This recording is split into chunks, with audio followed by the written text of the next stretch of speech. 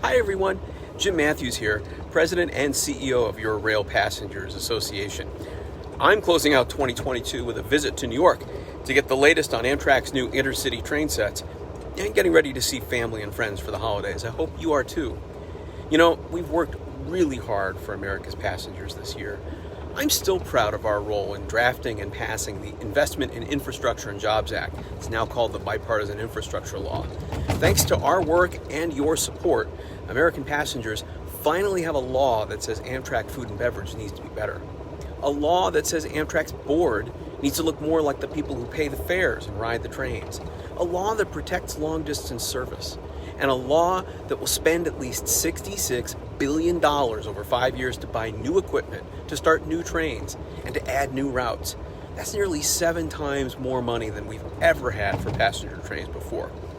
And since the law passed, we've been working harder than ever, working with towns, cities, counties, rail authorities, and states who want our help, asking the Federal Railroad Administration to be part of these new programs. We've been going to bat for passengers when Amtrak service has been poor, with Amtrak and in Congress. And when Amtrak dropped printed timetables, we stepped in with our own. Just go to our website to download PDFs of the timetables. We've also been going to bat for Amtrak crews who've seen onboard assaults go way up. Now, early next year, Amtrak will finally get to restore some of the service between New Orleans and Mobile lost after Katrina. That was my very first trip as CEO 8 years ago, and we haven't taken our eye off that ball. We're also going to bat for passengers stuck on late trains. We're working closely with Congress, with the FRA, with Amtrak, and the Surface Transportation Board, fighting for your legal right to be on time. Next year, we'll be working in 24 FRA workshops around the country to shape the long-distance vision in a report to Congress next November. Now, I know many of you have already made a gift, sometimes multiples. But if you're able, I truly hope you'll consider making just one more gift so that we can keep on winning the fight for better food, better service, better trains, and more service everywhere. We're short this year, and it's not because you didn't give. Nope. U.S. Postal Service sent 2,800 of your checks to the dead letter office in Atlanta instead of delivering them to our office.